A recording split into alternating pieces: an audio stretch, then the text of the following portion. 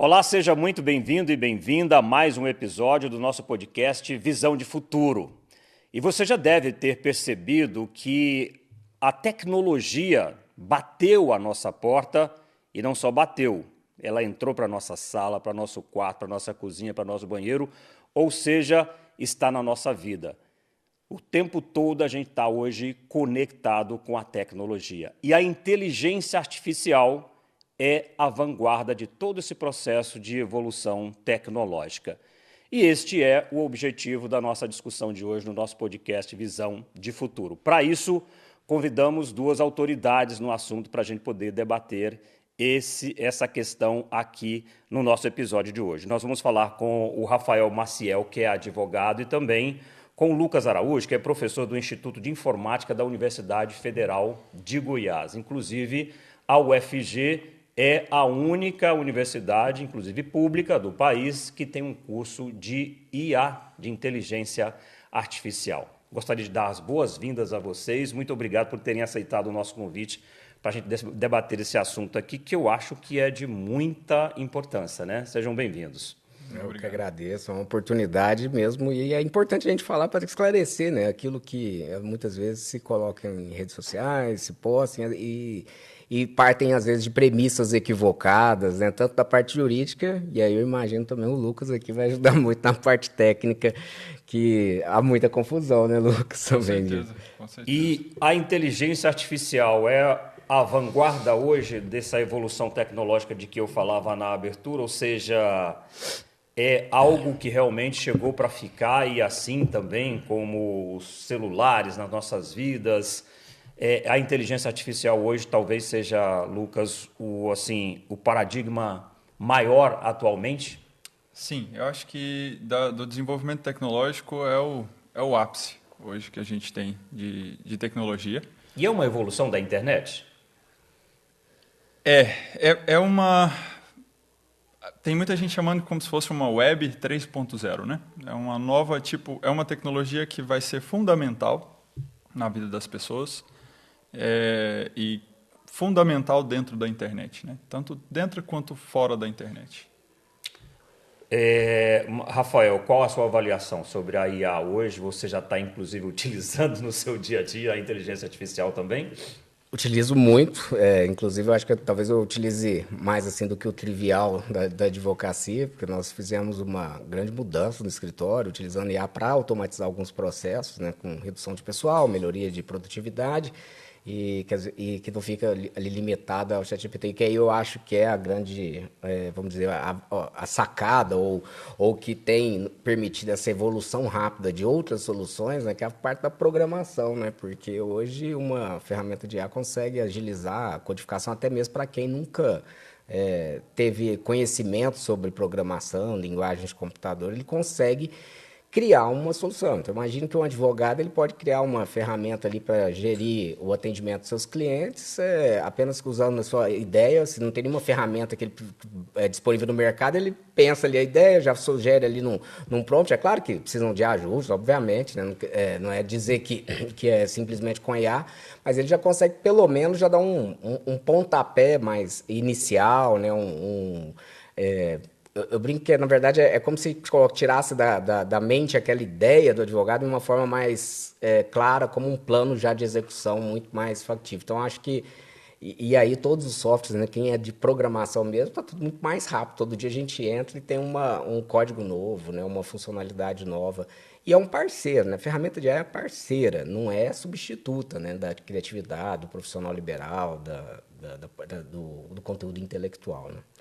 Lucas, você falou inicialmente aí sobre a questão do surgimento, né, da IA e da importância dela, e a gente gostaria de saber um pouco sobre esse curso do qual você é professor na Universidade Federal de Goiás. É o primeiro e único do país. E eu queria saber, eu acho que é uma curiosidade, assim, não só minha, mas de todo mundo que nos acompanha, o que se ensina nesse curso? Não, excelente pergunta. O curso ele é muito próximo dou um curso de ciência da computação, uma mistura com várias coisas de engenharia de software. Então, a gente basicamente vai ver, principalmente o início, né, do curso, muitas coisas parecidas com o que o pessoal vê nesses outros cursos. É introdução à programação, introdução à arquitetura de computadores. A gente tem um diferencial na faculdade que a gente tem toda uma parte de empreendedorismo, a parte de computação e sociedade, que tem muito a ver com a parte de ética também ali, da tecnologia sendo aplicada dentro da sociedade. E aí a parte mais técnica é que aí a gente diverge um pouquinho da parte de ciência da computação e de engenharia de software, porque a gente foca especificamente na área de IA. Uhum. E aí o que a gente aprende lá, né? Nessa parte mais técnica? Ferramentas que estão relacionadas ao tema de aprendizado de máquina, e aí dentro de como que a gente faz a máquina aprender, né? É uma palavrinha aí que é extremamente subjetiva e pode... Educar a máquina. Causar um monte de reações aí nas pessoas, mas para a gente tem um significado muito claro, a palavra aprender, que basicamente é otimizar, fazer ela realizar uma tarefa da melhor forma possível. E a melhor é a gente que define o que diz, né, a métrica que ela vai estar aumentando ou diminuindo ali, é exatamente a gente que define. Então, é o próprio desenvolvedor que vai falar para a máquina o que é bom, o que ela vai tentar melhorar, e o que é ruim, que ela vai tentar evitar. Por se tratar de uma programação, ela só vai fazer o que foi programada, obviamente. Essa é uma diferença na tecnologia. Ela vai, o aprendizado dela é extremamente relacionado com o tipo de dado, com a informação que você dá para ela, de exemplo, como coisas boas e coisas ruins. Então, ela vai aprender aquilo que você colocou como exemplos para ela. Então, uma analogia que a gente costuma bastante a usar é como se você estivesse ensinando um aluno sem dar aula. Você só dá para ele a lista de exercícios. Você dá a lista de exercício e dá a resposta. Então, o aluno não teria um professor, ele teria só a lista, ele vai ler o exercício e vai ver a resposta. Vai ler o exercício, vai ver a resposta. E a partir desse parzinho, esse é um dos tipos de aprendizado, né, de exercício e resposta, ele ia ficar treinando só nessa lista de exercício. E aí depois você dá uma prova para ele, que ele nunca viu. E ele vai tentar resolver essa prova, mesmo sem nunca ter pegado uma aula, mas só com a lista de exercícios. Nessa analogia, fica claro que se você der os exercícios errados, uns exercícios com alguns vieses ali, uns exercícios que não estão representando a matéria de verdade, não tem como o aluno aprender o que você gostaria que ele tivesse aprendido. Ou seja, professor, a máquina é abastecida com o que ela deve fazer. O problema está em quem pede o que ela deve fazer ou o que ela precisa fazer naquela solicitação para ela? Com certeza, com certeza. O problema está no humano, então? Que daqui a pouco a gente vai falar do lado ruim da IA? E às vezes não é nem que está com o humano exatamente, mas às vezes até com a forma que um problema que o humano nem percebe que está tendo quando ele passa esse conjunto de dados para a máquina. Ele, sem perceber, porque às vezes o volume de dados é muito alto, ele sem perceber, existe um problema nesses dados que você passou para a máquina. E a máquina ela não está interpretando os dados, ela só está procurando um padrão ali. E ela vai achar esse padrão, que é um padrão ruim, mas que você não tinha percebido. Então, você só vai perceber depois que ela aplicar esse padrão ruim na prática ali. O Rafael falava agora há pouco sobre as vantagens, né, da IA, e eu já provoquei o Lucas também, Rafael, sobre essa questão de nós humanos, não todos, obviamente, fazermos o mau uso da IA, da inteligência artificial. Como é que isso é dimensionado sob o aspecto legal na sua visão? Olha, assim, o mau uso, né, a conduta, vamos dizer, que é relevante para o direito, né, é a conduta ali criminosa, é a ação que se faz, e não necessariamente a ferramenta que se utiliza. Então, por exemplo, né, tentando dar alguns exemplos mais lúdicos aqui para ficar... Eu ia falar lúdico, mas eu ia dar o primeiro, eu ia falar matar alguém, não tem nada de lúdico nisso. Mas só para ficar mais ilustrativo, em relação, por exemplo, o Código Penal prevê matar alguém.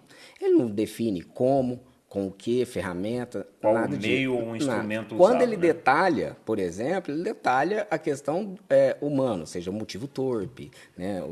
A questão da vítima, por exemplo, a natureza da vítima, se é feminicídio, se é... Então, são esses os critérios que se constrói legislações para punir o uso indevido, e eu estou dizendo aqui de uso indevido em relação a atividades criminosas.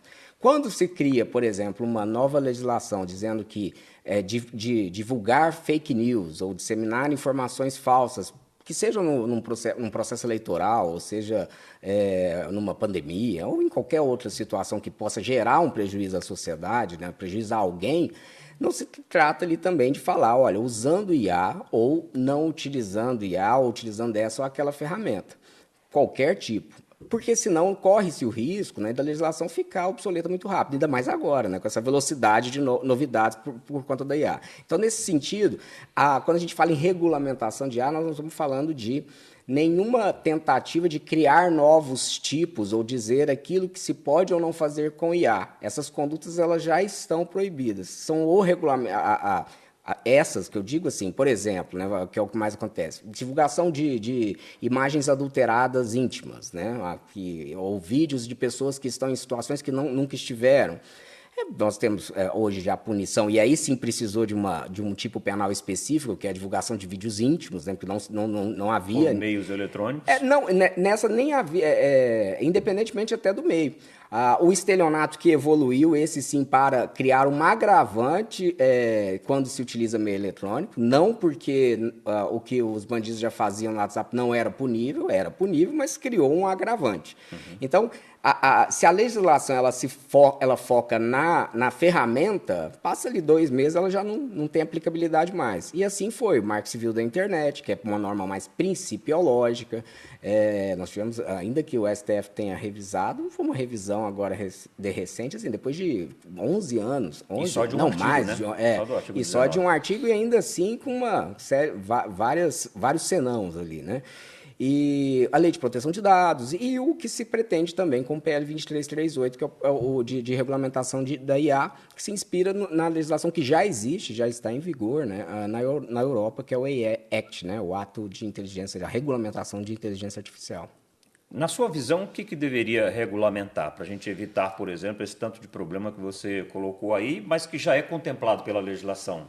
Olha, basicamente, assim, esses problemas, eu não vejo nem a regulamentação conseguindo resolver esses problemas. É um problema de investigação, é um problema de aparato, de estrutura judiciária para investigar, aí utilizando já o que tem no Marco Civil, que é, por exemplo, alguém que cria uma ferramenta e divulga ela no Instagram, eu preciso identificar, que cria a ferramenta não, desculpa, que cria o conteúdo e divulga numa rede social, que seja Instagram, eu preciso identificar, porque muitas vezes o cara faz ali sem né? Claro, não vai utilizar. Se ele cometer um crime, ele não vai colocar o nome dele ali com RG. Assinatura eletrônica. Essa identificação, ela é prevista, a forma de identificação, ou seja, o dado que eu preciso e a obrigatoriedade desse provedor fornecer esse dado, está lá no Marco Civil da Internet. Esse é um ponto. Então, a plataforma tem que oferecer. A plataforma tem que oferecer. Agora, a ferramenta que criou uma solução de vídeo, né, ela não pode ser punida se a pessoa utilizou essa ferramenta de alguma forma indevida. O que se pretende mais que a regulamentação é limitar esses riscos, por exemplo, num recrutamento de pessoas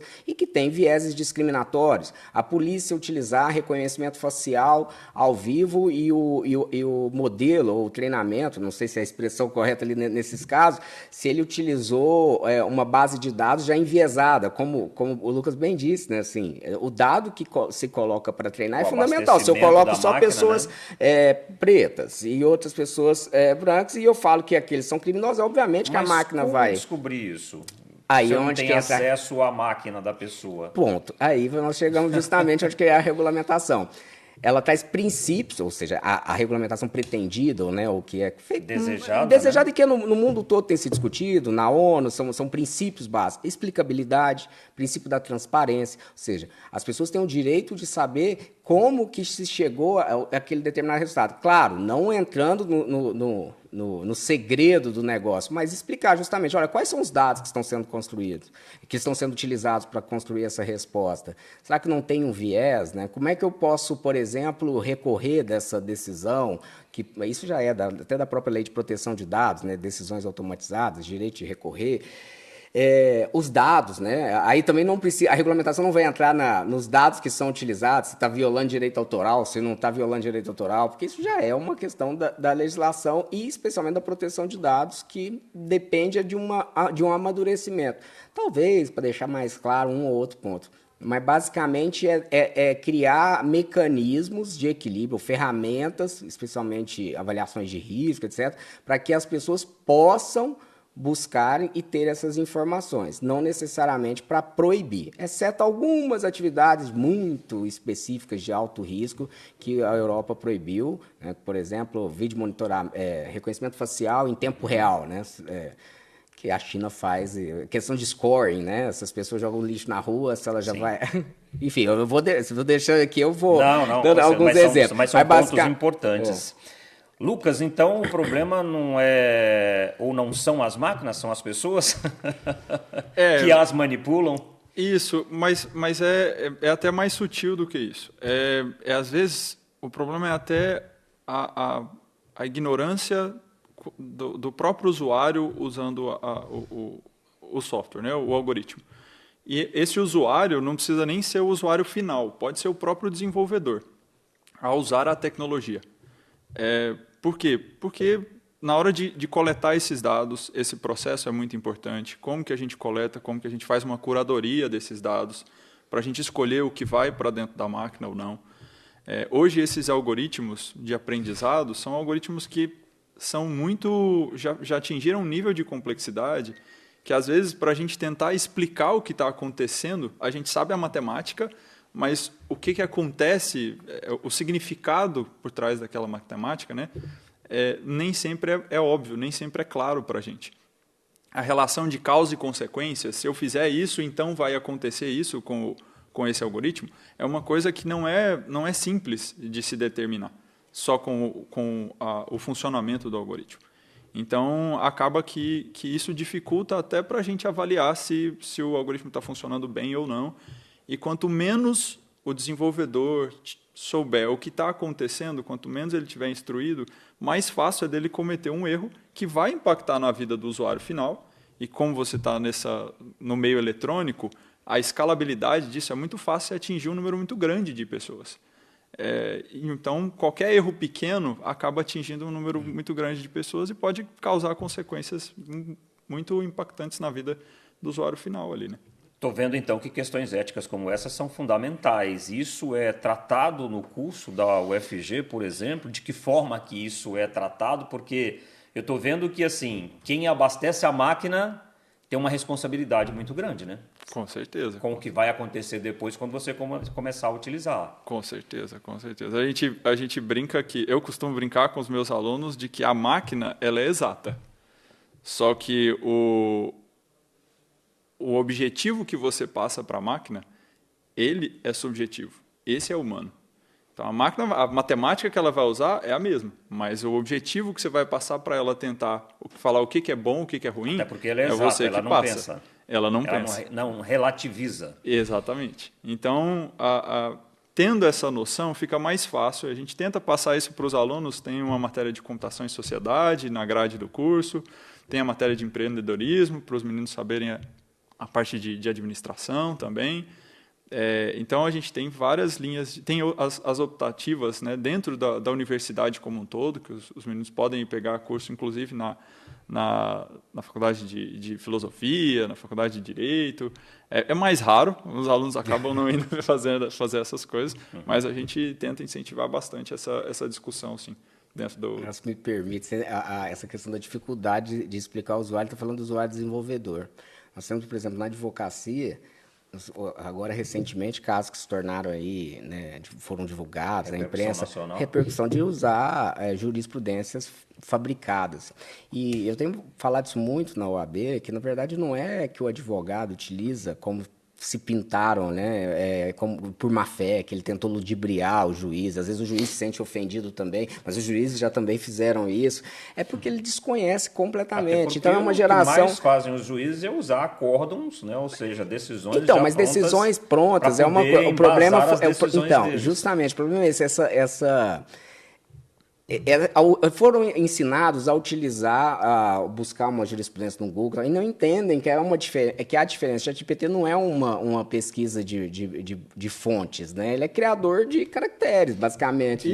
Isso é uma outra coisa legal, porque o jeito que está a principal ferramenta, que são esses chatbots inteligentes, né? O ChatGPT, Gemini, Claude, tem vários desses competidores, eles acabaram até...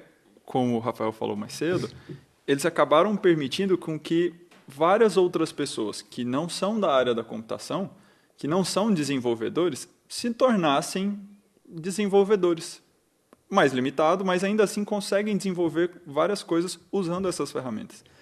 E aí você tem um problema maior ainda, porque é uma pessoa que já não conhece a ferramenta, o fundamental da ferramenta, usando ela para criar outras ferramentas. Então... E as pessoas querem muito fácil, né? Ela quer, assim, por exemplo, assim, vamos dizer, que a expressão que usa o vibe code, ela quer jogar e quer o código ali, mas ele não vai revisar se tem segurança. Exato. Então, é igual, por exemplo, na advocacia... Se aquilo é verdadeiro, realmente. Não, na advocacia, eu, por exemplo, falar que agora, porque tem um ChatGPT ou qualquer outra ferramenta generativa, eu vou atuar em previdenciário, né? Porque ele pode gerar petições e tal. Pode gerar. Mas eu não vou ter a capacidade, porque não é a minha área de atuação, de estudo, para identificar os erros. E eu digo que, mesmo, por exemplo, na área de proteção de dados, direito digital, eu vejo erro, isso com um chat que foi, vamos dizer, educado com os dados, com os meus dados, ele erra bastante. Então, traz ali viés. Ou seja, não basta o site te dar ali a fórmula pronta. Você tem que ir lá e ver se ele acertou realmente, porque senão pode até ter um problema. Vou dar um exemplo assim, desses modelos de raciocínio que eu tive agora recentes, ou seja, que pressupõe que são mais corretos e que pesquisa em fontes validadas. Eu queria lembrar os tipos penais relacionados aos crimes cometidos por IA, e na pesquisa, relacionados, que eu digo assim, que podem ser cometidos também com IA. E aí trouxe uma explicação num quadro dizendo que o único crime específico para IA na legislação brasileira era um crime na legislação ambiental. Mas peraí, eu não lembro de nada relativo a isso. E vem com a fonte. Ou seja, não é porque trouxe a fonte, se você não clicar na fonte também, onde que muito acadêmico aí vai se dar mal, né? Na hora que eu cliquei, eu vi, o artigo existe, é uma fonte boa, só que ele não falava nada daquilo. Ele estava dizendo que a pessoa jurídica, ou seja, a empresa, é a única legislação que traz ali um crime para a pessoa jurídica, não para o indivíduo, pessoa natural, é na legislação ambiental. Ou seja, ele misturou as bolas ali e trouxe uma resposta errada. Então, ou seja, você tem que ir lá então e corrigir. Mas se eu tivesse, por exemplo, se eu não né? conhecesse o assunto e achasse que ali estava tudo certo, eu poderia pegar, copiar igual o código, né? Se eu também achar que eu sou bonzão ali, que eu vou pegar o código, vou criar e que ninguém vai precisar revisar, a chance de eu fazer besteira é muito grande. Isso é um detalhe legal, que é aquilo que a gente estava conversando até um pouco antes de começar a gravar, que é a ideia de que a gente tem essa noção de que a máquina não erra. Né? Porque o computador foi feito desse jeito. Para realmente, a forma como a gente foi desenvolvendo a computação foi para o computador fazer as coisas sem errar. Né? A gente automatiza para ele vai sempre fazer a mesma coisa. Ele não vai cansar. Quando o código erra, ele dá um bug, ele dá um pau ali, que ninguém consegue prosseguir. Né? E essa tecnologia, ela é exatamente o oposto. Ela é completamente o contrário. A gente sempre tem certeza absoluta que ele vai errar. A gente já sabe que esse código, essa IA vai errar. A gente não sabe qual a frequência que ele vai cometer erro. E a gente tenta minimizar, que 99% das vezes ele acerta e aquele 1%, né, e que ele vai acabar errando. E a gente tenta minimizar esse 1% para virar 0,1, para virar cada vez um número menor. Então, ele erra a cada 100 vezes, ele erra a cada 1.000 vezes, ele erra a cada 1 milhão de vezes. Mas a gente sabe, a única certeza para esse tipo de algoritmo é que ele sempre vai errar. Uhum. E você não sabe quando que ele vai errar. Então faz ele não parte mostra de quem... também, né? Eu acho que o problema é esse, que não dá aquela tela azul na... Isso, com nem Poder o falar, algoritmo é erro, sabe. tal, tem que parar aqui e tal, eu tenho que buscar uma outra saída, né, Eu pra não isso. sei até, eu descobri até se é verdade, porque eu fiquei curioso. O Sam Altman disse, né, recentemente, que a ferramenta ela tá ali para te gerar uma resposta, né? Ela, vamos dizer, para te agradar. Ela sempre vai te dar uma resposta. Então, se o advogado pede ali a jurisprudência favorável a um despejo, né, ela vai dar, e vai criar desembargador, número, etc. E o que a gente quer falar com isso é que não é que a ferramenta, se ela sempre vai errar, não é que ela é inútil, de forma alguma. É só porque o uso dela é diferente do que, às vezes, ela não é essa ferramenta mágica que vai resolver todos os seus problemas. Então tem que se tomar cuidado. Com certeza. Então, ela, como uma ferramenta para criatividade, para te ajudar a ter ideias, para te ajudar a organizar algumas coisas que você está pensando, ela é ótima. Porque você está pensando, ela vai escrever, você vai validar aquilo que ela está escrevendo. E se você for olhar, todas essas ferramentas estão escritas lá, tome cuidado, sempre verifique a veracidade do que está sendo gerado. Tá? Agora, se você usar ela como se fosse um oráculo, nossa, deixa eu perguntar aqui qual é a resposta da loteria amanhã. Ela vai te dar uma resposta, mas claramente não vai ser a resposta. A chance dela estar certa é a mesma que a minha. Vai ter que ter o sorteio. Exatamente. Só quando houver o sorteio que vai saber quem ganhou. Exatamente. E se ganhou, tem que ter jogado, porque tem gente que acha que ganha não jogando. Não Exatamente. É por aí, né? Hoje, inclusive, antes de a gente começar aqui, eu estava vendo uma matéria num dos principais portais do país, falando que hoje a maioria das terapias, das consultas a psicólogos, a psicoterapeutas, já está sendo feita ou estão sendo feitas pela inteligência artificial. E a matéria justamente questionava essa questão do uso da inteligência artificial, inclusive para isso, ou seja, o divã já não vai existir mais. E na medicina se está utilizando demais a inteligência artificial, né? A robótica, por exemplo, é um exemplo assim que já ganhou o mundo, né? Um médico dos Estados Unidos opera aqui no Brasil ou vice-versa. Nós estamos caminhando para uma substituição mesmo do humano pela inteligência artificial. É cedo em falar nisso? Nós temos esse problema, essa preocupação realmente iminente ou não? Qual a sua avaliação? Olha, essa é uma pergunta com vários níveis, assim. Acho que uma substituição completa do ser humano, a gente está muito longe ainda. Na minha opinião, se a gente está longe é porque pode haver? Podemos chegar lá? Ótima discussão filosófica. Defendendo o meu grupo, né, da computação, eu acho que a gente pode chegar lá. Mas muito de qualquer jeito, acontecer. Com certeza ainda está muito longe. Até porque máquina não pensa. Não do jeito que a gente pensa, não hoje. Né? Se isso vai se caminhar, a gente ainda está estudando. A gente está tentando entender o que é o pensar e como que a gente pode modelar isso, fazer isso de forma artificial, né? De forma matemática ali.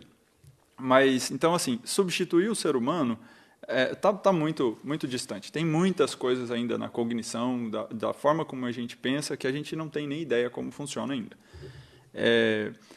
Mas, ao mesmo tempo, tem várias tarefinhas menores que a gente já conseguiu perceber que são padrões muito mais simples e que a gente consegue, sim, automatizar. Então, todo o desenvolvimento da computação, todo o desenvolvimento da automação, inclusive da robótica, é exatamente a gente indo conquistando, né? Comendo pelas beiradas ali, conquistando essas tarefinhas. Então, esse movimento vai continuar acontecendo. A gente vai cada vez mais adaptando essas tarefas mais simples para ela ser automatizada. Quando a gente fala de uma robótica, dessa telemedicina, de um médico nos Estados Unidos fazendo uma operação de um paciente no Japão ou um paciente no Brasil, isso não tem muito a ver com IA. Isso é uma parte da internet, de comunicação, e isso eu vejo isso como uma coisa muito positiva. É realmente a possibilidade de você ter acesso a coisas que você não tinha antes. Então, do mesmo jeito que com a internet você ficou fácil se comunicar com parentes que vivem fora ou com amigos que você já não via há muitos anos, agora você vai ter acesso a médicos que você não tinha antes. Agora você vai ter acesso a procedimentos de saúde que você não tinha antes. E que, às vezes, para algumas regiões, se não fosse isso, não teria como chegar, porque não tem infraestrutura. Que, inclusive, a inteligência artificial já está sendo muito utilizada para o desenvolvimento de medicamentos, de terapias, de procedimentos cirúrgicos para poder curar, inclusive, o câncer. Exatamente. É por aí? Exatamente. A gente tem, exatamente porque essas tecnologias, e aí a IA entra com tudo, como ela ajuda a gente a organizar melhor a informação, a entender melhor e a organizar até as nossas ideias com relação à criatividade, ela tem ajudado bastante nessa parte de organizar toda essa informação que é produzida por milhares de pesquisadores da área da saúde.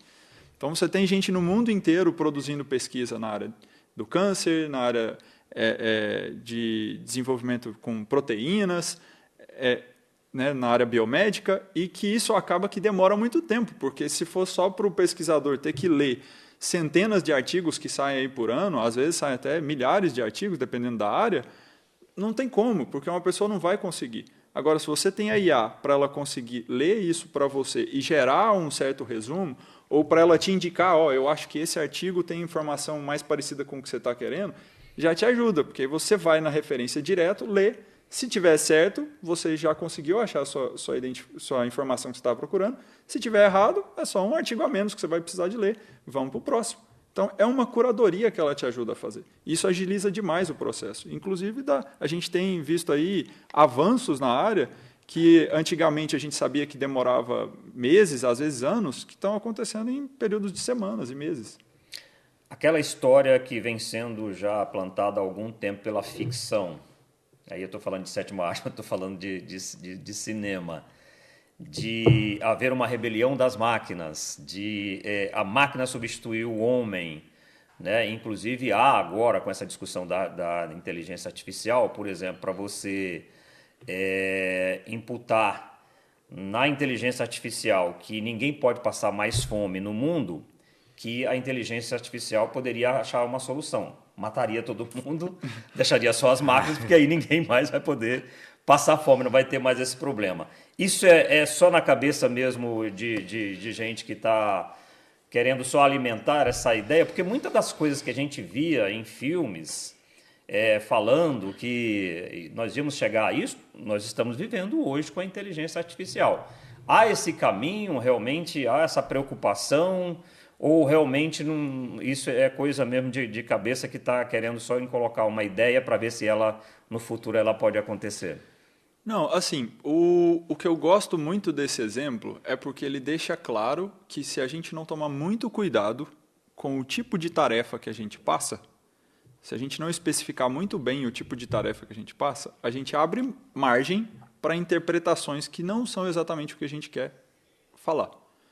E o software não tem esse juízo de valor. Não existe para o software esse juízo de valor do que está certo ou o que está errado. É o que você passou como tarefa. E esse é o diferencial? Esse é um dos diferenciais, sim. Agora, entre a gente fazer uma brincadeira, o que eu não gosto muito é quando a pessoa pega essa brincadeira, que ilustra muito bem esse ponto, de que, olha, se você tomar cuidado, né, eu costumo fazer uma brincadeira até mais simples com os alunos de robótica, tem um robozinho, que esses robozinhos de aspirar, eles geralmente têm um sensor na frente, que é para ver se eles bateram em algum lugar, né? E aí eu sempre brinco, que a gente também fala assim, eu falo para os alunos, falo assim, vamos tentar programar para ele não bater, né? Para ele conseguir andar sem bater. E aí você vai lá, programa no algoritmo que vai tentar otimizar isso, né? Minimizar o número de batidas. E aí o que o robozinho aprende a fazer é andar de ré. Por quê? Porque o sensor só está na frente, então se ele for de ré, ele nunca bate. Entendeu? Muito então, bom. É o mesmo exemplo que, se eu colocar para que ninguém precisa passar fome, é a mesma coisa. Só não ter ninguém. Se eu matar todo mundo, ninguém está passando fome. Exato. É exatamente a mesma analogia. Numa, parece, o juízo de valor fala pra gente, nossa, isso aqui é genocídio. Na outra, você fala assim, o robô é burro. Mas por quê? Quem é burro, né? Por que Eu citei esse boa. exemplo porque, assim, como você disse, se a máquina não pensa, mato todo mundo e pronto, acabou, né? Aí não vai ter fome, acabou. Não dou conta de conseguir comida para todo mundo, então vou acabar com a humanidade. Eu acho que esse é o legal. Para ilustrar a sensibilidade do algoritmo a essa subjetividade, esse limite, isso é muito legal. Agora, para a gente confabular que, nossa, a IA está pensando contra o ser humano, isso é ruim. Porque a gente tem essa... Porque não é assim. Não é. Simplesmente falou, não, então peraí. Quer dizer que se eu só colocar desse jeito, esse objetivo, ninguém passando fome, claramente tem muita subjetividade envolvida. A gente tem que pensar mais sobre o assunto. O que significa ninguém passar fome? Significa uma distribuição melhor do alimento? Significa mais produção de alimento? Significa fazer as pessoas comerem menos? Tem um monte de nuances aí para serem discutidas. Que uma frase só, que por mais bonita que ela pareça, não resolve o problema. Nem deixa claro qual que é o problema por trás dela. E que entra justamente essa questão da explicabilidade da parte jurídica, né? Ou seja, eu preciso entender como que... claro, protegendo o segredo, como eu já falei, mas para entender como que foi programado para saber as decisões, até mesmo para definir responsabilidade civil. Por exemplo, um carro, porque a gente fala muito de chat GPT, de ferramenta de chat, né? Chatbot. São as novidades, né, atuais, né? O que, vamos dizer, trouxe a IA para o holofote, né? Mas uma decisão, por exemplo, do meio jurídico, uma questão que se discute há muitos anos, era a responsabilidade civil, por exemplo, dos carros autônomos, né? Ou seja, se o carro foi programado para... Aí você coloca lá, imaginando aqui agora que você foi falando, pensando num exemplo, eu programo para que o carro seja instruído a nunca atropelar alguém em vias públicas, né? E aí, de repente, ele chega ali em uma rua, tem uma pessoa passando com um carrinho de bebê na faixa, né? E um ponto de ônibus cheio de pessoas. Exemplo clássico, né, de responsabilidade. Qual que é a decisão? Ele vai matar a mãe com o bebê ou ele vai virar o carro e atropelar 10 pessoas que estão no ponto de ônibus, né? Ele vai decidir qual vida é mais importante, mas agora, ele pode até, se eu tiver instruído que ele não pode nunca, né, matar ou atropelar alguém em via pública, ele entender que aquilo ali não é via pública, ele vai matar os 15. E ele Tem não vai exemplo parecido, porque é um código, né? Ou seja, eu dei a instrução. Artificial pode ser programada para poder não atropelar ninguém na faixa de pedestre. Mas se você atravessar fora da faixa de pedestre, o carro, poderia por exemplo, ótimo, poderia atropelar, pode ótimo vir exemplo. Atropelar. Mas você atropelou. Não, mas você não estava na faixa de pedestre, né? E ele não tem esse raciocínio, não tem essa programação, né? Isso, é diferente quando a gente fala de código, né? Os tradicionais é que você fala A é B, quando você vê A é B, aí você vê outra coisa diferente, não vai dar nada, dá erro. Exato. Qual é a tela famosa, azul que sobe na frente. E aí A não, ela vai continuar fazendo, ela vai achar o caminho para cumprir a sua instrução, né? Falando em sétima arte, em cinema, em ficção, eu imagino que vocês devem estar por dentro do que está acontecendo na internet, todos nós, inclusive, estamos, porque explodiram, né, por aí os vídeos virais na internet feitos por inteligência artificial, né? Isso é o mais hoje visto e comentado na internet. Tanto que no início, muita gente que não tem, né, conhecimento sobre isso, acreditava que eram vídeos realmente reais. E ainda acredito, né? E muitos ainda acreditam, né? Porque não estão sabendo, né, o que está acontecendo. É um assunto novo, mas que está nas nossas vidas. Inclusive, eu vou chamar agora um vídeo que mostra alguns exemplos desses que estão circulando na internet aí para a gente poder continuar essa discussão aqui com base neles. Estamos aqui onde moradores enfrentam há meses o descaso com os buracos no asfalto. A situação é grave. Sempre sobra pro caçula, né? Meu pai me acordando 10 horas da madrugada pra ir levar comida pros meus irmãos. Se é eu lá, duvido que levariam pra mim. Mas beleza, vamos lá, né? Tô indo lá levar os pãozinhos pra turma. Meu pai pediu pra deixar as ovelhas com o Gerson hoje, ele é novo lá na fazenda. Então já falei logo, se perder uma ovelha, vira churrasco, pra ele ficar esperto, né? Gente, eu trouxe uns pão e uns bolos de fubá aqui pro pessoal. E tô ouvindo um cara folgado gritando com todo mundo ali. Vamos ver o que tá pegando. Gente, eu não tô vendo isso, sério. Tudo marmanjo velho barbado aqui, com medo do mano ali. Cara folgado a bexiga, xingou até a mãe, vontade de dar uma pedrada. E não vou passar vontade não, gente. Já peguei umas pedrinhas aqui. Peguei 5, mais uma só já dá. Vai bem na testa desse lazarento. Vou ver se o menino filma aqui pra mim. Galera, eu já tava indo pra atacar a pedra no moço folgado lá, daí o rei Saul me chamou pra emprestar a armadura dele. Mas magrelinho desse jeito não dá não, consigo nem andar. É voltar pra academia. Gente, pedi pro menino filmar, mas o celular travou bem na hora. Chegando em casa eu vou formatar, tá travando muito. Mas tá ali, gente, o cara caído. Não aguentou uma pedra. Foi logo de arrasta. Mas é isso, gente. Nossa, correria demais hoje. Mas comenta aí o que achou, deixa o like. E vamos ali ver se o rei Saul faz a boa e arruma um cafezinho pra nós na tenda dele. É muito real, né? E claro, quem fez para poder divulgar, né, o site da pessoa. Mas quais os riscos disso, hein, Rafael? Porque a grande preocupação é justamente essa, que é objeto, inclusive, da nossa discussão aqui. Tem o lado bom, a gente está aqui elogiando a chegada da inteligência artificial, o quanto ela está sendo importante para poder a gente melhorar os processos, né, a nossa realidade, a nossa vida. Mas vendo isso aí, tem uma preocupação muito grande sobre o mau uso que se pode haver com a inteligência artificial? Sim, é enorme porque você passa a ter conteúdo mais crível, né? A pessoa ela não consegue duvidar. Você imagina que hoje as pessoas pagam boletos, né? Advogado está sendo vítima, manda para os clientes, fingindo ali que é um novo número, só com uma foto, ou seja, não tem tecnologia nenhuma ali, não tem, às vezes são chamados de hackers, né? O cara não sabe nada de informática, simplesmente é um bandido que faz um golpe de engenharia social. A questão é que essa engenharia social, que antigamente quando a gente explicava em cibersegurança os riscos para as empresas, para não clicar no link do e-mail, a gente falava muito para procurar por erros de português, né, e alguns outros detalhes, porque geralmente passavam e estava claro que não a imagem da empresa, a imagem do banco ali, da logomarca, né, já estava meio desformatada, não tinha um gráfico muito bom. Vamos dizer, eram os ensinamentos que a gente passava para precaução. Com a evolução agora, imagine que, eventualmente, se eu recebo, um cliente meu recebe um boleto para efetuar um pagamento, a pessoa se passando por mim, e ele também recebe aí na hora que ele duvida, ele pede uma informação, ele recebe o meu áudio, né, que hoje está acessível também, além dos vídeos, ou pior, ele cria o vídeo como se estivesse numa sala do escritório dizendo, não, fulano, é isso mesmo, tem que pagar esse boleto. Então, o risco é muito grande, mas não é um risco, né, que vamos dizer que justifica uma proibição da utilização. É a discussão que a gente sempre teve e a gente corre o risco agora, por conta da evolução, ela ficar... a ausência dessa discussão tornar os prejuízos ainda maiores, que é a falta de letramento, educação. É aí que entra a regulamentação. Não, na verdade, aí entra a regulamentação, é uma outra questão de uma abordagem para quem for desenvolver novos modelos, né? Ele ter um cuidado para evitar viés discriminatórios. Então, imagine que vai criar uma nova ferramenta que vai gerar esses vídeos, né? Mas quando eu jogo o prompt, ela sempre favorece determinado tipo de pessoa ou de classe social, em detrimento, por mais que o comando seja exato para que apareça determinado tipo com características, ela gerar um outro resultado. Isso já aconteceu, por exemplo, com o ex-Twitter, né? Na época que ele pegava as imagens da timeline e colocava sempre pessoa branca em destaque, independentemente da forma, isso já era inteligência artificial também, mas com vieses de programação. Essa é a regulamentação. Agora, esses prejuízos, em geral, de vídeos, por exemplo, eleições, né, Vamos falar sobre isso daqui a pouquinho. Aí é uma questão que passa pela educação, mais que educação, não é inclusão digital, colocar equipamentos na mão das pessoas, é explicar como que funciona. Igual a gente falou aqui, né, ou seja, as pessoas acham que aquela resposta é verdadeira.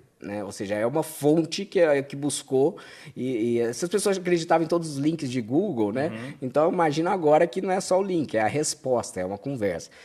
Então, a educação é o ponto principal. Esse realismo virtual, Lucas, é talvez o problema para que a gente discuta essa questão do mau uso da inteligência artificial? Com certeza.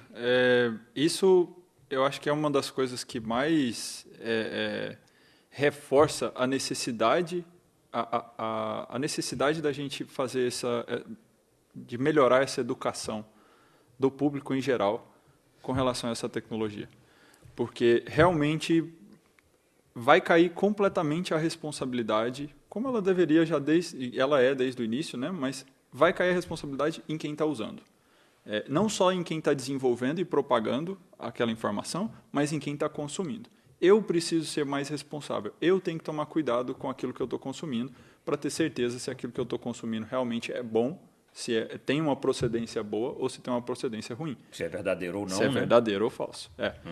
Então, esse era um dos exemplos que eu ia usar também, que o Rafael colocou aqui da questão do áudio, porque foi um exemplo que eu já passei. Dentro da minha casa... Você já foi vítima? Eu já fui vítima. Na verdade, foi o meu pai, né? Ligaram, isso muito antes da inteligência artificial. Isso foi, acho que era 2007, 2006, alguma coisa assim. O trote, o famoso trote, acho que muitas pessoas já devem ter passado. O Ben Satia. Alguém liga no coisa, não foi o Ben Satia, não. Ligaram para o meu pai e falou assim, eu sequestrei seu filho. Era o falso sequestro. E aí faz um barulho no fundo da pessoa falando não sei o que e tal. E isso foi, né, na época, eu estava na escola, meu pai, a gente não tinha celular, meu pai não conseguia falar comigo de jeito nenhum. Meu pai teve que sair do trabalho correndo, desesperado, para chegar aí até, na época eu estudava ali no Cefet, ali, né, na época era Cefet, hoje eu acho que nem sei qual é o nome ali, na frente do Mutirama. E foi muito doido. Para mim, do nada, meu pai aparece na porta da sala. Hoje é Instituto Federal. E falou, vem cá. E aí eu chego lá, eu falo, você tá tudo bem? Eu falei, não aconteceu nada, eu tô aqui normal. Agora, você imagina se isso fosse hoje em dia, o bandido ligando e tocando realmente um áudio com a minha voz. Né? E a gente já, dentro da UFG, lá no nosso grupo de pesquisa, dentro do CEIA, a gente já tem desenvolvido essa tecnologia de fazer a gente fala da clonagem de voz, já bem antes aí do ChatGPT. A gente já tem isso sendo desenvolvido, porque é uma área que a gente já vem estudando há mais tempo. Por várias aplicações diferentes, né? Aplicações na indústria do cinema, aplicação para música mesmo, para a gente fazer a remoção de... É um dos projetos que passou por a gente também, né? Ajudar a indústria da música na parte de mixagem ali do áudio. Então, essa parte de fazer essa modelagem ali, de entender como é que funciona o áudio da voz, é uma coisa que a academia já estuda há muito tempo, mas que agora está chegando muito fácil para qualquer um conseguir celular, manipular né? isso. Então, isso é um perigo, sim. E como que eu me defendo disso, doutor? Que hoje já é uma realidade. Olha, é difícil criar regras, assim, né? Como que vai certificar se o conteúdo é falso ou não? Acho que é uma dúvida, né? Talvez seja fácil para mim, porque diz que mineiro, né? Mineiro é sempre desconfiado.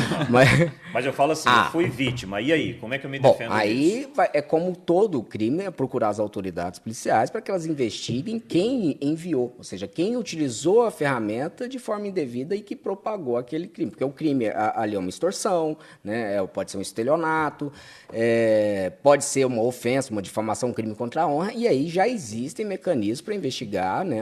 Embora a tecnologia da IA seja nova, o crime ele tem acontecido utilizando internet, e a internet ela gera rastro em tudo que se faz. Então tem ali a forma de chegar à pessoa que teve autoria e aí ela responder.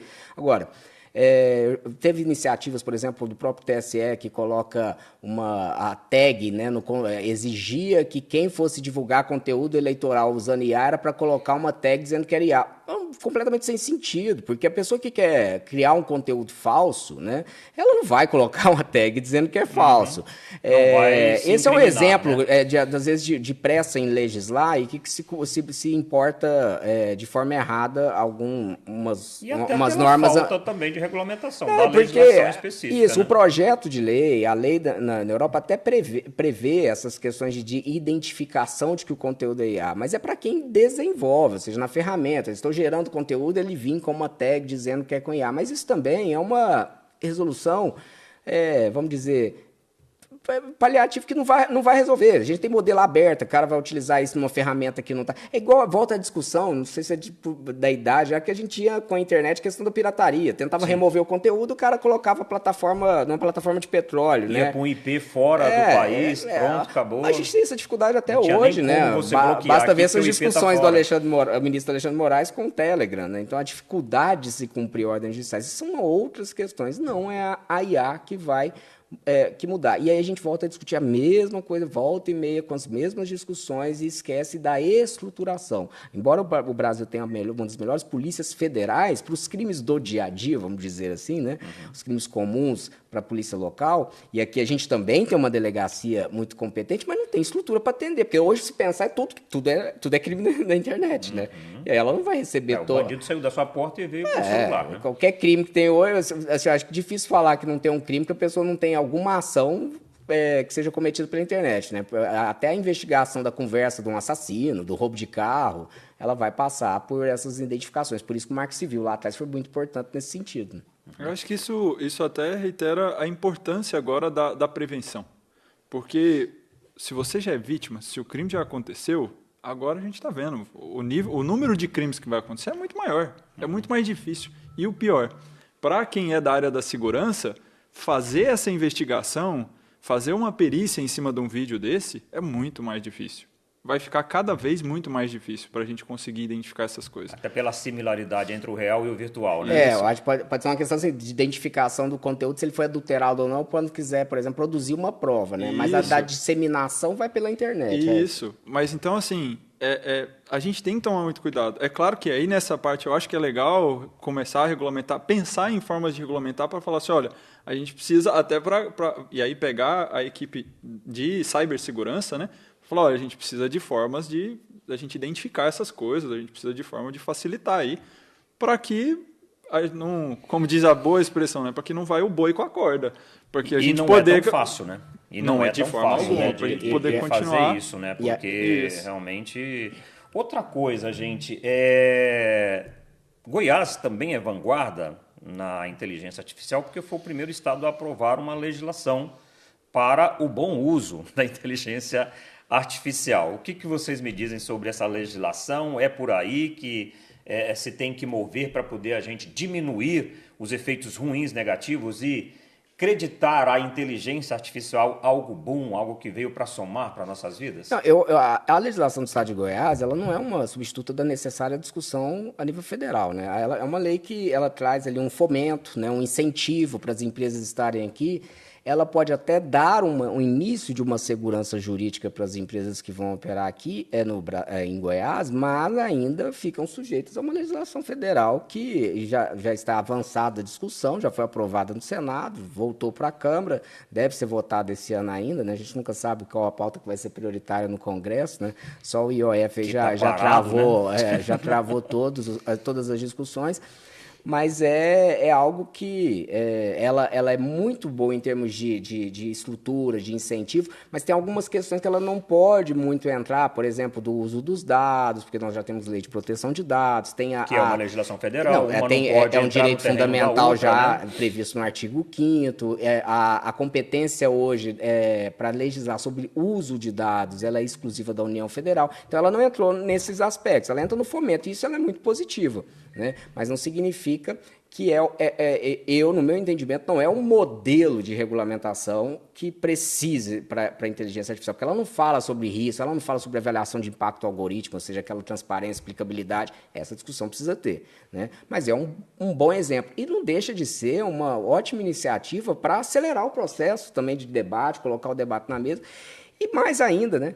O importante, por exemplo, a própria CNJ tem resolução sobre o uso de IA para o judiciário, a OAB tem resolução para a advocacia, que são assim de dizer na sua atividade. E o Estado ele vem dizendo também, olha, para o poder público nós temos que ter esse tipo de solução ou seguir nesses parâmetros. Ótimo, maravilha nesse sentido. Mas nós temos que olhar também para o cidadão, para aquele que é afetado. E isso tem que ser no nível federal.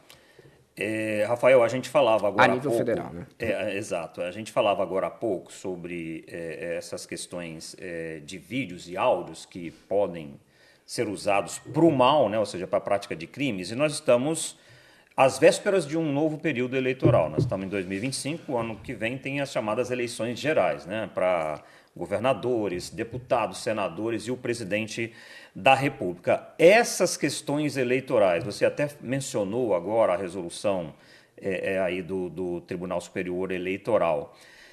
Nós teremos problemas, porque assim, na eleição de 2022 a gente começou a ter um problema ou outro com a inteligência artificial.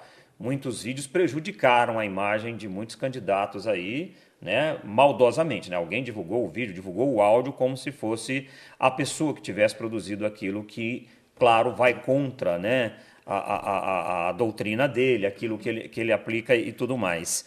Nós teremos problemas, a inteligência artificial no pleito eleitoral do ano que vem, você acredita que nós teremos que ter qualquer outro mecanismo para poder evitar um problema de alguém divulgar um áudio que não é da pessoa e causar um estrago muito grande na candidatura, por exemplo, de alguém? Eu acho que a questão principal é por conta da velocidade e do impacto que ela vai gerar imediatamente. Então, se eu tinha uma matéria que dizia vamos dizer, um conteúdo difamatório de determinado candidato, a pessoa tinha lá as agências de checagem de fato, etc., que ela poderia verificar ali. Agora, quando vem, por exemplo, um vídeo, uma imagem, a chance da pessoa já acreditar e ser tarde demais qualquer medida do Estado, da Justiça, para remover esse conteúdo, é sim um fator que Até porque isso recebo. demora, né? Então, aí é onde que a gente... O lapso de tempo pode ser um problema A seríssimo. discussão de controle, ou seja, de remoção desses conteúdos, é a mesma que sempre teve. Ou seja, o conteúdo ele é colocado em algum lugar, né? Então, a IA não é a plataforma de divulgação, né?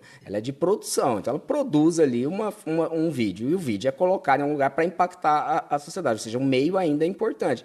E para identificar, remover, tem os mecanismos já da legislação. Agora, é muito complexo. O que talvez seja o principal, né, e já tem esse amadurecimento da própria justiça brasileira, aplicar penas mais sérias e exemplares mais duras para que sirva de efeito pedagógico. Né? Eu não vejo uma outra solução, por exemplo, essa tagueamento, né, ou seja, colocar indicadores de QIA. Cassação de candidatura, por exemplo, de quem fizer uso.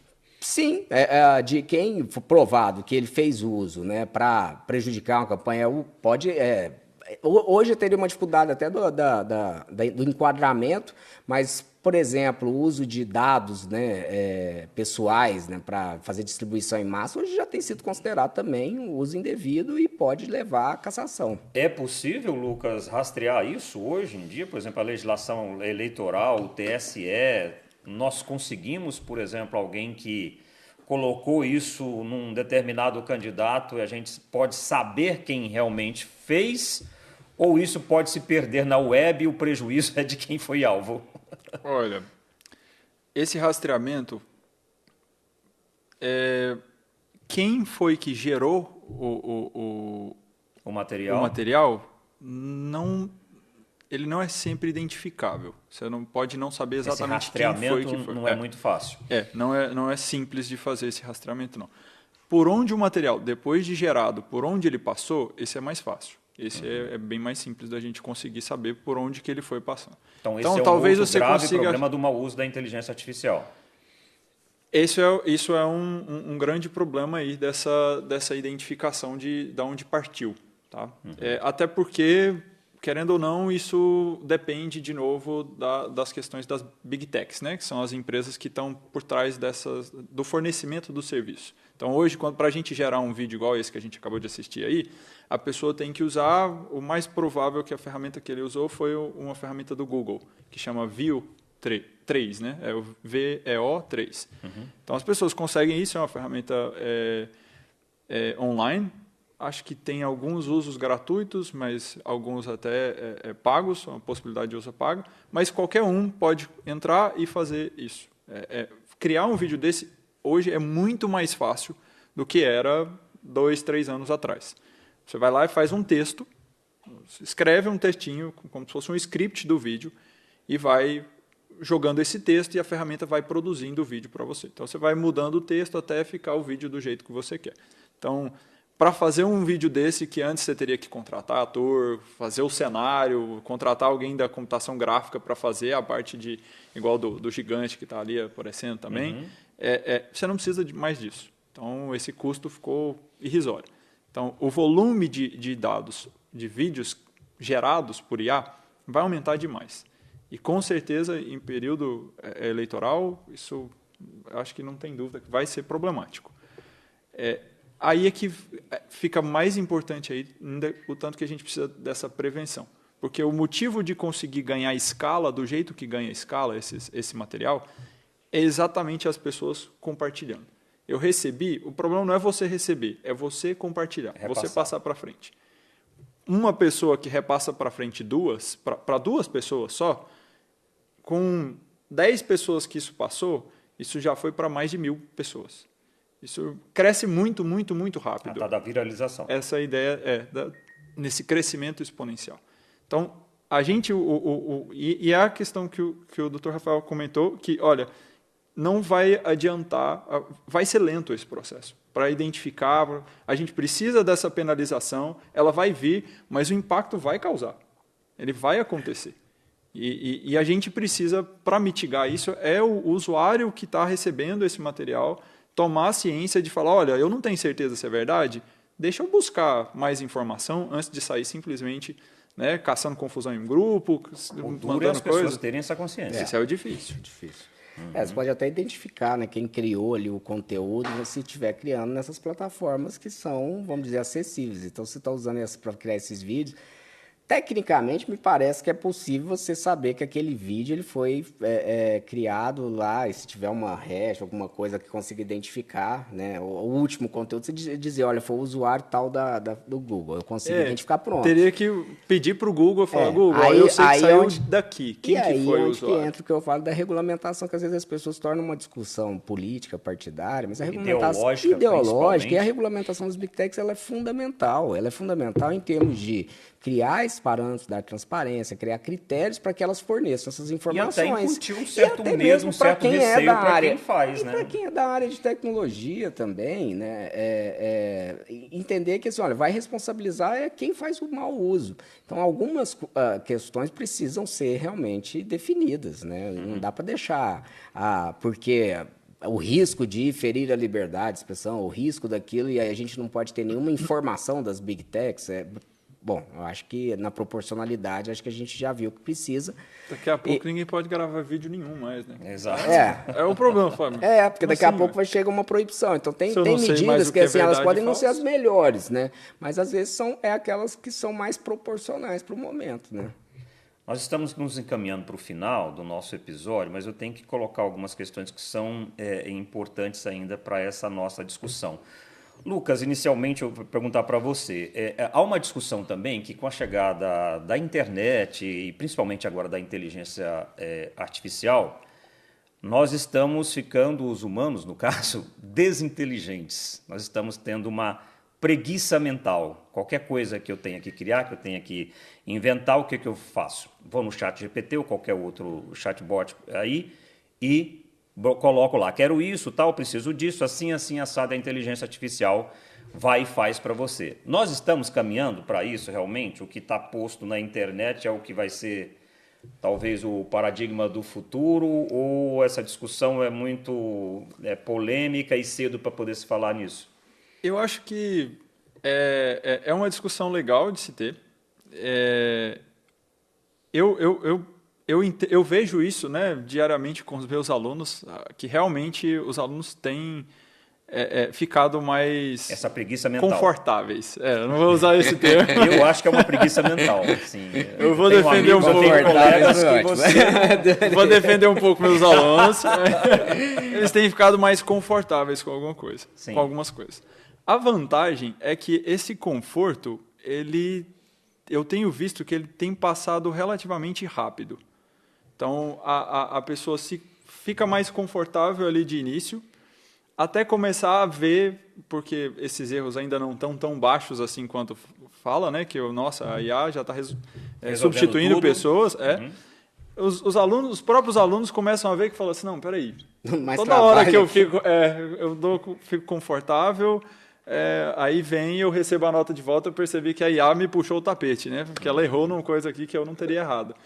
E aí isso começa a ver que eu falei, esse conforto não está me ajudando tanto. Então, eu acho que é um período de transição. É natural que de início a gente acaba tendo esse conforto aí de achar que essa confiança superestimada em cima da ferramenta, mas que eventualmente, aparentemente, a gente está nessa transição para ir entendendo melhor o que a ferramenta tem de benefício e o que ela tem de malefício. Quem conseguir se adaptar mais rápido a isso, e esse eu acho que é um bom incentivo, né, para as pessoas se educarem, quem conseguir se adaptar mais rápido a isso, a entender exatamente quais são os principais benefícios e o que a sua humanidade traz de vantagem para você combinar com essa ferramenta, é que vai se dar melhor aí na área. O Lucas falava aqui agora, Rafael, de transição, que eu acho que é a palavra adequada para essa situação que nós estamos discutindo aqui agora. E no início do nosso episódio, você falou de uma coisa aqui que eu quero relembrar, que assim, eu substituí algumas pessoas com a chegada da inteligência artificial. E há também essa discussão e essa preocupação. As máquinas vão tomar conta, principalmente no mercado de trabalho, de nós humanos? Já está havendo isso e, na sua visão, qual o risco disso tendo em vista, inclusive, a ótica legal, a ótica do direito? Bom, assim, primeiro que quando eu falo de substituição, é substituição de pessoas que realizam tarefas, ou na verdade seria o termo até mais, vamos dizer, politicamente correto, seria dizer substituição de funções, ou seja, funções que, que basicamente executavam tarefas repetitivas. Então, tudo que a tecnologia permite que você automatize esse processo e libere as pessoas para que sejam mais criativas, né, utilizar o seu intelecto para resolver problemas que possam ser aproveitadas em inclusive, outras por exemplo, funções. na advocacia, para que eu tenha mais tempo para prestar atenção ao meu cliente durante um atendimento, porque eu não preciso ficar fazendo anotações, porque eu já tenho uma ferramenta fazendo a transcrição para mim. Eu não preciso ficar preocupado em anotar, às vezes, na reunião online, porque eu já tenho uma transcrição também sendo feita. Você libera a pessoa para executar o seu potencial mesmo de criatividade e de intelectualidade. Agora, as pessoas nessa transição têm que tomar cuidado para que, se elas hoje só executam tarefas repetitivas e quando elas automatizam, elas, ao invés de se capacitarem ainda mais, procurar conteúdos mais densos, estudar, fazer novos cursos, elas simplesmente usar esse tempo extra para ficar mais confortável, né? Como diz o professor Lu, obviamente que ela não vai ter espaço no mercado, né? Agora, ou seja, tem que me atualizar e que correr. Tem que atualizar, sim, utilizar as ferramentas para você ter mais tempo, para que você seja essa pessoa, essa característica humana indispensável. E deixar aquele negócio que muita gente tem, resistência quanto às mudanças, em relação às mudanças. Eu gosto muito de uma expressão que eu li há muitos anos, quando falava da internet, né? Que é o professor Lawrence Lessig, num livro chamado Código, né? Que ele fala, ele é de direito, mas o código dele ali é o código da informática. Ele dizia que, olha, não importa se você gosta ou não da internet, né? Ela vai afetar você. Então, assim, hoje, obviamente, falar da internet não precisa mais, ficou óbvio, mas não tem que, se você assim gosta, eu não quero um aprender a usar também, o chat GPT, eu não quero saber como funciona. Então, assuma o risco de você vai ficar fora do mercado de trabalho. Não tenha dúvida. Que você vai ficar obsoleto. Obsoleto. Nós não falamos aqui de uma coisa importante que eu estou me lembrando agora, e a gente conversou antes, sobre as 3 leis do Isaac Asimov, que é um conjunto de princípios éticos para orientar o comportamento de robôs autônomos. Nós falamos de robôs aqui, de automação, de robótica, e falamos muito de leis também, mas leis aqui no campo jurídico. Você imagina também que nós precisamos dessas leis para poder colocarmos na inteligência artificial, de que um dia a máquina não vai poder fazer aquilo que a gente discutiu aqui, que é, sei lá, matar todos os humanos para poder não ter mais fome no mundo, para poder não assumir o lugar dos humanos? Ou é muita ficção, é muita viagem da minha cabeça em perguntar isso? A pergunta é legal, a discussão que o Asimov trouxe lá com as 3 leis dele é uma discussão legal. O que é mais assim impactante, que às vezes é difícil da gente entender, é que hoje em dia o conceito de leis que não são violáveis de jeito nenhum, para esses algoritmos, não existe. Não existe uma lei que ele não viola. Porque o comportamento dele vem dos dados que a gente foi coletando. E a gente sabe que não existem leis que o ser humano não viola, né? A única lei que a gente não viola são as leis da natureza, mas que não são leis, né? É a própria física atuando. Então, a gente tentar colocar uma lei escrita pro programa, pelo menos hoje, do jeito que os algoritmos funcionam, não tem esse impacto.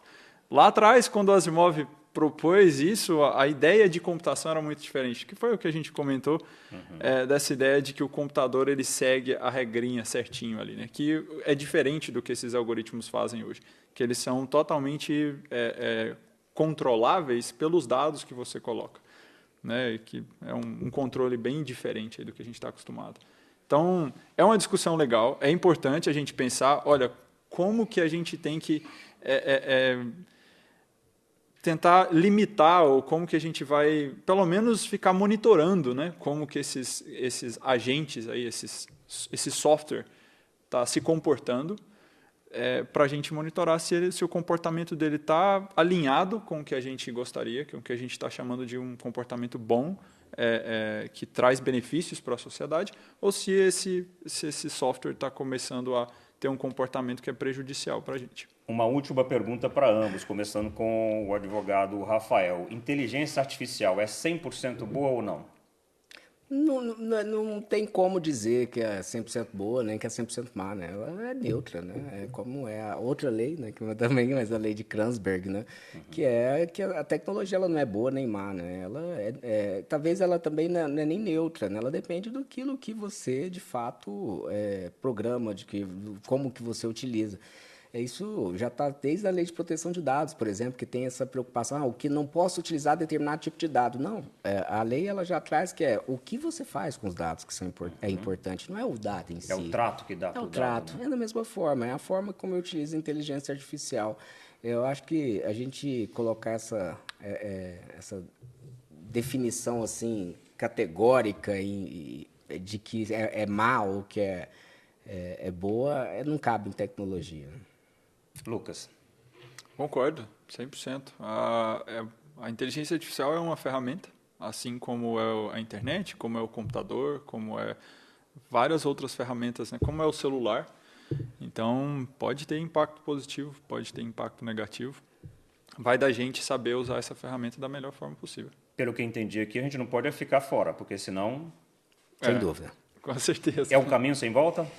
E eu digo que nenhuma comparação com revoluções anteriores eu acho que cabe para o que a gente está vivendo nesse momento, né? Eu vejo muitas pessoas falarem a nova revolução industrial, não. É muito mais impactante e abrangente do que a revolução industrial. Nós nos adaptamos na época do tear e foi para uma outra tecnologia. Sim, agora só que agora saiu do TA e foi para a linha de produção, né? Agora é muito diferente. É muito mais rápido, é muito mais abrangente e também muito mais impactante. Não significa que nós não vamos ter problemas sociais, que é algo que nós precisamos olhar lá no futuro, né? As pessoas que não tiverem essa adaptação como mão de obra para essa nova era.